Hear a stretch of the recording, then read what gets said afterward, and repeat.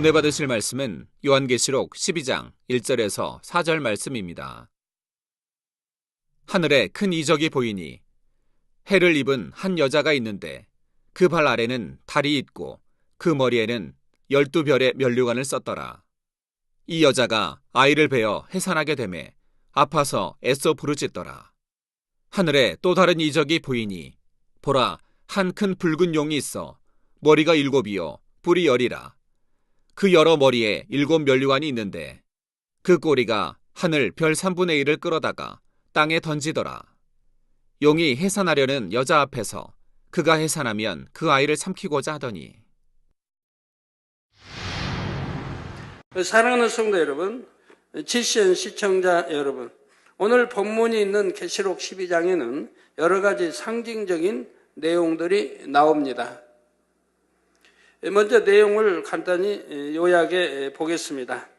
주인공은 한 여자와 용입니다. 한 여자가 아들을 해산하게 되었는데 용은 그 낳은 아들을 삼키려 했지만 실패하지요. 여자가 낳은 아들은 하나님께로 올라갔고 용은 천사장 미가엘과의 전쟁에서 진 후에 하늘로부터 땅으로 쫓겨납니다. 땅으로 쫓겨난 용은 여자를 죽이고자 하고 여자는 용을 피해 광야로 도망하지요. 용이 많은 물을 토하여 여자를 해치려 하지만 땅이 그 물을 삼켜서 여자를 도와줍니다. 이에 용은 분노하여 돌아가서 여자의 남은 자손과 싸우려 하지요. 이것이 계시록 12장의 대략적인 내용입니다. 본문을 읽다 보면 마치 무슨 공상 영화의 한 장면 같다고 느껴지는 분도 있을 것입니다. 그러나 이 내용들은 상상 속의 이야기가 아니라 명백한 현실입니다. 과거로부터 현재와 미래에 이르는 이스라엘의 역사를 함축하고 있는 내용이지요. 그렇다면 여기서 여자가 낳은 아이는 누구이며 용은 또 누구를 가리키는 것일까요? 십자가의 도 설교를 들어보신 분들은 이미 답을 알고 계실 것입니다. 여자는 영적으로 이스라엘을 의미합니다. 용은 뱀 혹은 옛뱀이라고도 하는데 이는 원수마귀 사단을 의미하지요.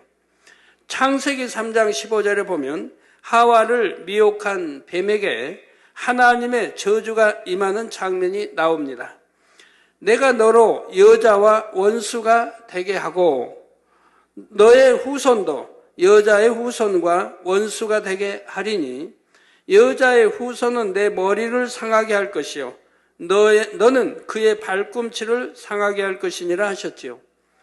이 말씀에는 매우 중요한 영적인 의미가 있습니다.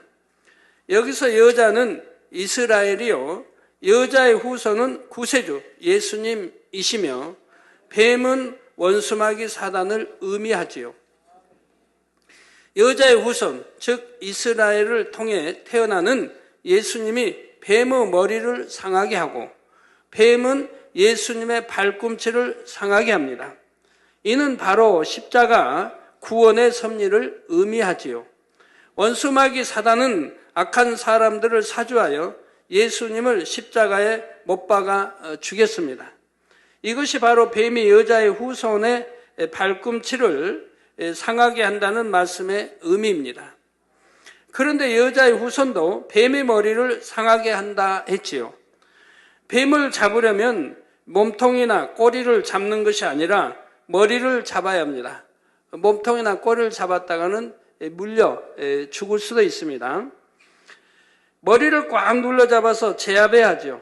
그래서 뱀 잡는 사람들 보면 막대기로 뱀을 누르든가 해서 머리를 꽉 이렇게 쥐는 거 봅니다. 그러면 꼼짝도 하지 못하죠. 물 수도 없고요. 여자의 후손이 뱀의 머리를 상하게 한다는 것은 예수님께서 원수마귀 사단의 권세를 깨트리신다는 의미입니다. 곧 죽었다가 부활하신 예수님께서 원수마귀 사단의 사망 권세를 깨트리신다는 말입니다. 이렇게 성경의 맨 처음 창세기에 십자가 사건과 구원의 섭리가 예언되어 있지요. 이러한 영적인 비밀에 대해 알고 오늘 본문 말씀을 대하면 벌써 많은 부분이 풀리게 됩니다. 영적인 지식이 있는 만큼 성경의 말씀들을 짝을 이루면서 성령의 감동함 가운데 풀 수가 있지요. 그러면 지금부터 본문의 의미를 구체적으로 살펴보겠습니다. 1절, 2절에 하늘에 큰 이적이 보이니 해를 입은 한 여자가 있는데 그 발 아래는 달이 있고 그 머리에는 12별의 면류관을 썼더라. 이 여자가 아이를 베어 해산하게 되매 아파서 애써 부르짖더라 했습니다. 하늘에 큰 이적이 보인다는 것은 요한이 보고 있는 모든 일들이 하나님께서 주관하시는 일이라는 의미입니다. 이적이란 성경에서 구약시대에 하나님께서 베푸신 놀라운 역사를 일컫는 말입니다. 여러분들이 이적 또는 기사, 표적을 전에 다 설명해 드린 적이 있죠. 이적은 구약에만 나오는데 또 계시록에도 나오는데 그 이유가 있습니다. 자, 이적이란 성경에서 구약 시대에 하나님께서 베푸신 놀라운 역사를 일컫는 말입니다. 반면에 신약 시대 성령의 역사로 나타난 일들은 이적이라 하지 않고 표적이라고 합니다. 이게 표적이나 이적이 틀린 것은 같은 말인데 하나님의 역사하신 것을 이적이라고 성령이 역사하신 것을 표적이라고 한다 이 말입니다. 그렇게 이제 구분함으로 이건 하나님의 역사, 이건 성령의 역사 이렇게 구분이 되어진다 이 말입니다. 그런데 지금 본문에 이적이라 표현한 것은 이 일들이 하나님께서 주체가 되어 펼쳐나가시는 일들이기 때문입니다. 계시록에 있는 일들이 지금 하나님이 주체가 돼서 펼쳐나가시고 있다 이 말입니다. 성령이 주체가 아니라 이 말입니다. 여전히 구약시대의 신앙에 매여 있는 이스라엘 민족에 대한 하나님의 섭리를 의미하기 때문에 이적이라 표현하고 있는 것이지요. 하나님께서 이스라엘 민족을 택하시고 지금까지 인도에 오신 모든 역사들과 장차 7년 환란 동안에 이스라엘을 통해 펼쳐질 모든 일들이 하나님의 섭리 가운데 이루어지는 이적인 것입니다. 그래서 오늘 본문 말씀의 내용들은 과거와 미래 이렇게 두 가지 관점에서 각각 설명할 수가 있습니다. 즉 지금까지 이스라엘을 통해 이루어 오신 역사와 앞으로 이스라엘을 통해 이루실 역사가 동시에 담겨 있다는 말입니다. 먼저 해를 입은 여자가 나옵니다. 여자는 이스라엘을 뜻한다 했는데 이스라엘이 해, 즉 태양을 입었다는 것이죠. 이는 이스라엘이 하나님으로부터 선택받은 민족으로서 받게 되는 영광을 의미합니다.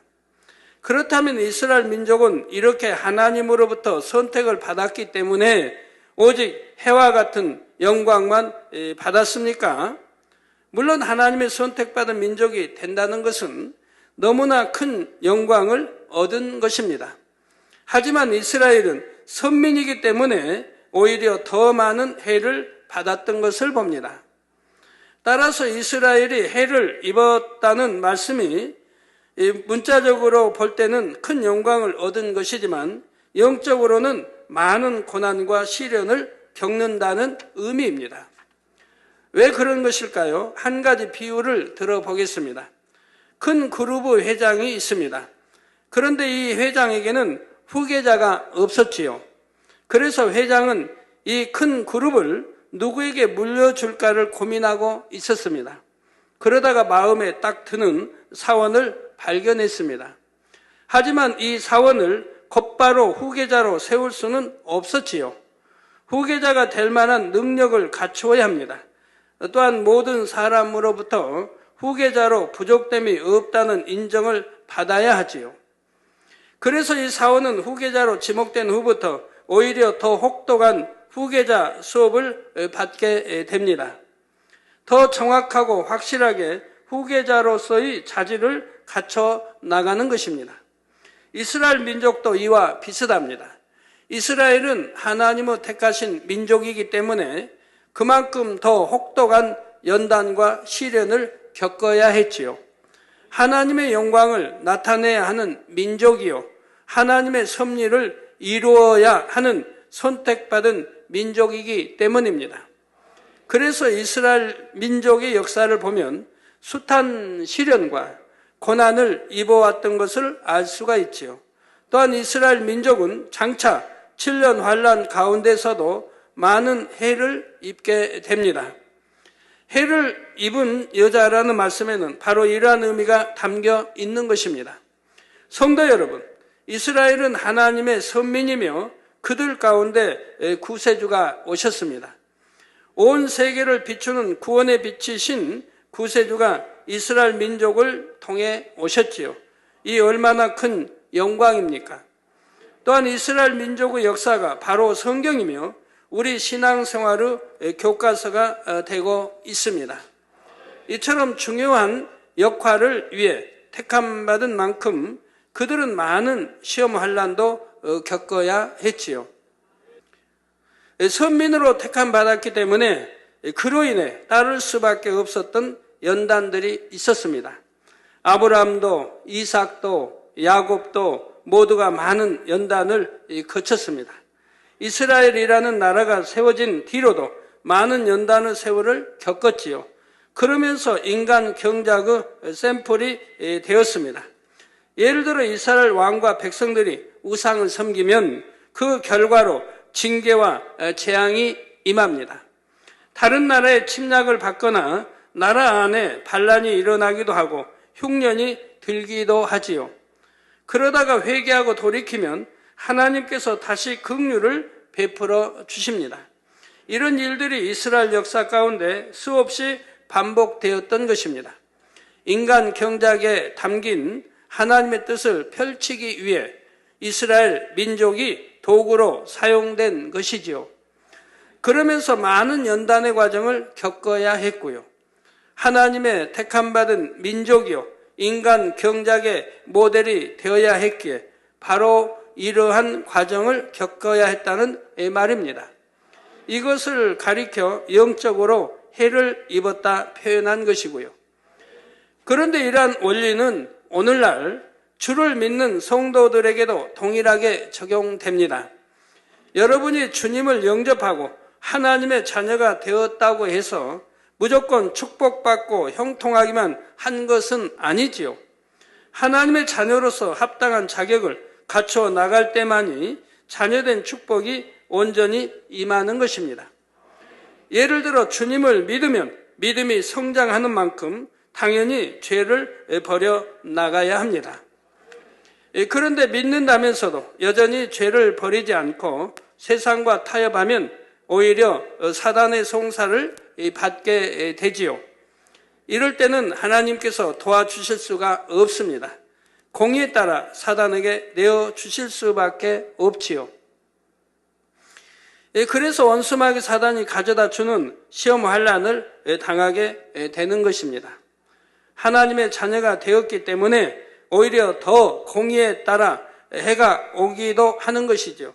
이러한 해를 받은 것이 오히려 하나님의 자녀로서의 길을 가고 있다는 증거입니다.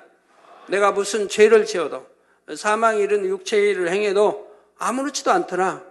그건 성경이 말씀하고 있죠. 히브리서에도 사생자라, 즉 하나님의 자녀가 아니다, 아들, 딸이 아니다라고 성경 말합니다. 이게 사생자이기 때문에 하나님과 아무 관계가 없기 때문에 그냥 놔둬버리신다 이 말입니다. 그러나 하나님의 자녀라고 한다면 반드시 거기에 대한 대가가 옵니다. 연단이라는 게 따르고 환난이라는 게 오는 것입니다. 그걸 통해 회개하고 구원에 이르게 하나님이 하시죠. 그러나 그런 것도 없다면 회개하지도 않죠. 회개하지도 않고 결국은 이 사망의 길로 가게 되는 것을 보게 됩니다. 자, 히브리서 12장 8절에 징계는 다 받는 것이오늘 너희에게 없으면 사생자요 참 아들이 아니니라 하셨죠. 즉 사생자가 아닌 하나님의 참 아들이라고 한다면 반드시 징계를 받는다 이 말입니다. 죄를 지었을 때 그에 대한 징계를 받는다 이 말입니다. 계속해서 죄를 지어가거나 사망의 길로 가는데도 아무런 징계나 시험 환란이 없다면 깨달아 돌이킬 수가 없습니다. 어둠 가운데 살 때 시험 환란이 오는 것도 하나님께서 자녀로 여기시기 때문이지요. 간섭하시고 때로는 징계나 시험 환란을 허락하여 깨달아 돌이킬 수 있게 하시는 것입니다. 세상 사람들 중에는 큰 죄악 가운데 살면서도 아무런 해받음이 없는 경우가 있습니다. 하지만 그 결국은 영원한 사망입니다. 차라리 징계나 받으면 통회자고 회개할 것이나 찾지 않습니까? 그리고 회개한다고 열심히 회개할 것 찾아서 통회 자복하려고 하는 것을 봅니다. 그러나 징계가 없으면 통회 자복하려고 하지 않죠. 회개결을 찾지도 않고 통회 자복하려고 하지도 않고 그러다 영원히 떠난다면 사망으로 갈 수밖에 없는 것이죠. 반면에 하나님의 자녀라면 어떤 잘못을 했을 때 하나님께서 간섭하시는 증거가 나타나지요. 때로는 시험 환란을 당하게 되며 이를 통해 회개하고 돌이켰을 때 은혜가 회복됩니다. 그러니 처음에 믿음이 성장하면서 겪게 되는 이러한 과정들을 힘들다 해서는 안 됩니다. 그 과정이 지나고 믿음이 어느 정도 수준에 이르면 그때는 더 이상 해를 받지 않게 되지요. 시험 환란이 사라지고 연단도 끝나는 때가 오게 됩니다. 아브라함만 보아도 최후의 시험을 통과한 후부터는 더 이상 연단이 없이 축복만 받았습니다. 연단을 받는 목적은 마음의 죄악까지 버리고 하나님을 닮은 하나님의 참자녀가 되는 것입니다. 따라서 영으로 들어가 하나님의 참자녀가 되면 하나님 앞에 죄를 범하지 않기 때문에 어떤 시험 환란을 당할 이유가 없지요. 또한 개인적으로는 죄를 버리기 위한 연단도 더 이상 받을 필요가 없습니다. 물론 더 큰 그릇을 만드시기 위한 연단은 있지만 그것은 힘들고 고통받는 연단이 아니죠. 이미 그만큼 믿음이 반석에 서 있기 때문에 이미 큰 믿음이 되어 있기 때문에 어떤 연단을 받는다고 해도 다 아멘으로 통과할 수가 있는 것입니다.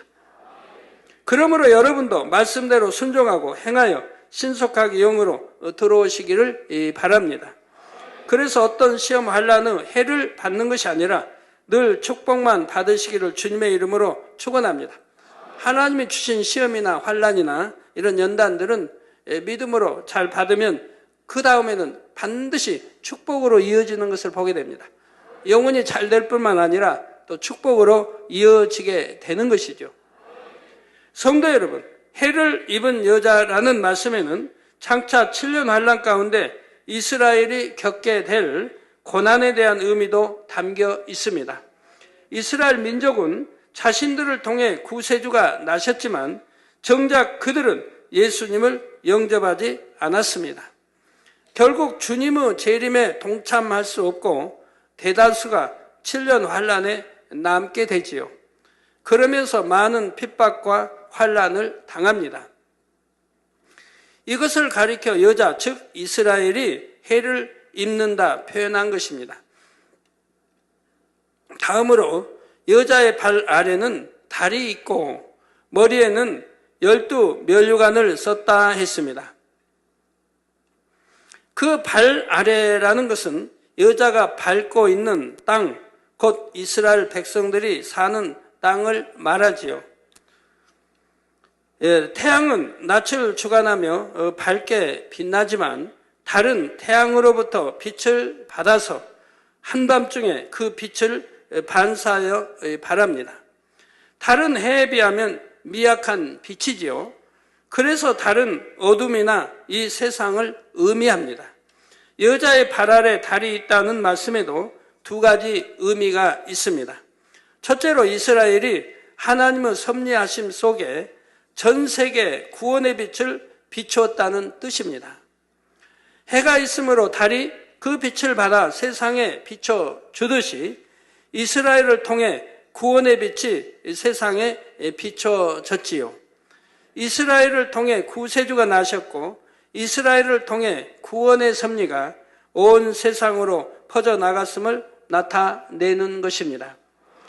두 번째로 7년 환란 동안 이스라엘에는 해같이 밝은 빛이 아니라 어둠 속의 달빛처럼 약한 빛만 있다는 뜻입니다. 그저 간신히 구원을 바랄 수 있는 신랄 같은 하나님의 은혜만이 남아 있지요. 이처럼 영적으로 어둡고 비참한 상황을 약한 달빛에 비유하여 표현한 것입니다. 다음으로 여자의 머리에 12별의 면류관을 썼다는 것은 이스라엘이 12지파로부터 번성해 나간 것을 나타냅니다. 다음으로 이어지는 2절에 이 여자가 아이를 베어 해산하게 되매 아파서 애써 부르짖더라 했습니다. 1절과 마찬가지로 2절 말씀도 두 가지 의미로 풀 수가 있습니다. 먼저 역사적으로는 구세주가 오실 때까지 이스라엘이 당한 모든 고난을 해산의 고통으로 표현했습니다.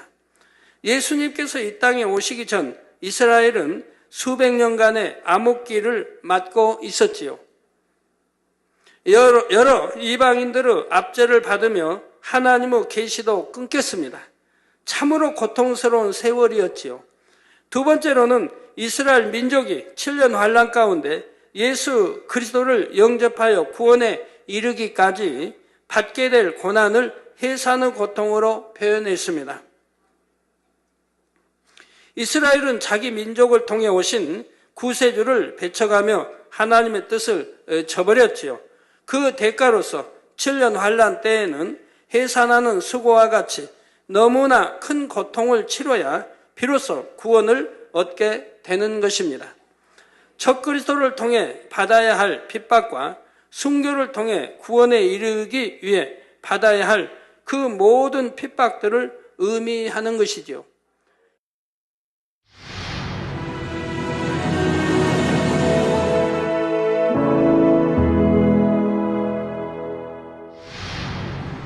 할렐루야. 전능하신 사랑의 아버지 하나님, 이 시간 기도받는 모든 성도님들 위해 안수하여 주옵소서. GCN 방송 시청자들이 인터넷과 화상을 통해 기도받는 지교회와 지성전 그리고 전세계 하나님의 자녀들 위에도 시공간을 초월하여 역사하여 주시기를 원합니다. 믿어지는 믿음을 주시고 부정적인 생각과 의심의 세력을 물리쳐 주옵시며 모든 시험 환난도 물리쳐 주옵소서. 머리부터 발끝까지 오장육부 뼈 마디마디 온몸의 신경 조직 세포 등 아픈 곳마다 성령의 불로 태우시고 근본의 빛으로 역사하여 주옵소서. 예수 그리스도의 이름으로 명하노니 원수마귀 사단 모든 질병 균 연약함아 물러가라. 빛이여 임하라. 모든 불치 난치병도 성령의 불로 태워 깨끗하게 역사하여 주옵소서. 말라리아를 비롯한 모든 풍토병도 물리쳐 주옵소서. 깨끗함을 입을지어다. 감기, 기침, 열, 몸살, 독감 등 각종 유행성 질병도 다 물러가라. 어떠한 유행성 질병 균도 틈타지 않게 지켜 주옵소서. 위암, 폐암, 간암, 유방암, 자궁암, 대장암, 피부암 등 각종 암과 에이즈, 백혈병, 뇌졸중, 고혈압, 저혈압, 심장병, 폐병, 위장병, 당뇨, 부인병, 피부병, 갑상선, 질환과 모든 염증도 깨끗게 하여 주옵소서. 소아마비, 중풍, 관절염, 디스크도 온전케 하여 주옵소서. 요통, 두통, 신경통을 비롯한 모든 통증은 사라질지어다. 간질, 자폐증, 우울증, 조울증, 노이로제 등 모든 정신질환도 물러가라. 모든 마비된 것도 풀어지고 일어나 걷고 뛸지어다. 눈도 잘 보이게 하옵시고 귀도 잘 들리게 하여 주옵소서. 소경은 눈을 뜨고 기머거리는 들으며 벙어리는 말할지어다.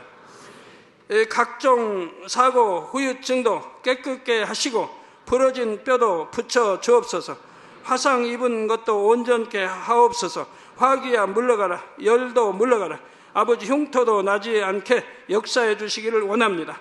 마약을 비롯하여 각종 약물과 독극물 중독도 깨끗함을 입을지어다. 죽은 신경과 세포가 살아나며 죽은 자도 살아나게 하여 주옵소서.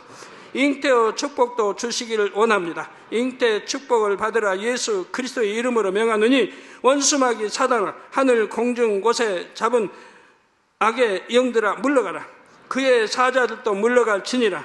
이 땅의 악한 영, 더러운 영, 거짓되고 간사한 영, 이간질하고 미혹하는 모든 어둠들은 물러가라. 모든 흉악의 결박을 풀고 어둠아 물러가라. 빛이여 임하라. 아버지 하나님, 부르짖어 기도할 수 있는 능력을 주시고 죄를 버리고 성결될 수 있는 능력을 주옵소서. 영혼이 잘됨같이 범사에 잘되게 하시고 가정의 복음화도 이루어 주시기를 원합니다. 한 주간도 모든 사고와 재앙으로부터 지켜주시고 불통이 없는 형통한 삶을 살 수 있도록 축복해 주옵소서. 성령의 불담으로 천군 천사와 주님의 불꽃 같은 눈동자로 모든 하나님의 자녀들과 가정, 일터, 사업터를 지켜주시기를 원합니다. 학생들에게 지와 명철을 더하시고 공부도 할 수 있는 뜨거운 마음과 열정도 더하여 주옵소서. 마음과 생각을 세상에 빼앗기지 않도록 지키시고 하나님을 뜨겁게 사랑하는 학생들로 축복하여 주옵소서.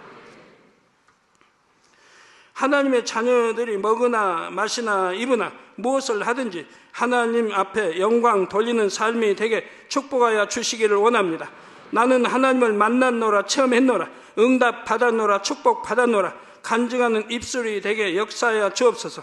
아버지 하나님 감사합니다. 홀로 영광 받으옵소서. 우리 주 예수 그리스도의 이름으로 기도하옵나이다. 아멘.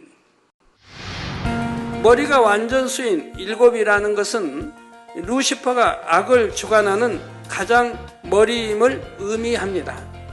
10개의 뿔은 왕들을 의미하며 이들은 마지막 때 루시퍼의 조종을 받는 왕들을 가리킵니다. 또한 10뿔이란 이들 7나라를 뒷받침하게 되는 또 다른 10개의 나라를 의미합니다. 그 여러 머리에 7면류관이 있다는 것은 그들에게 권세가 있다는 뜻입니다.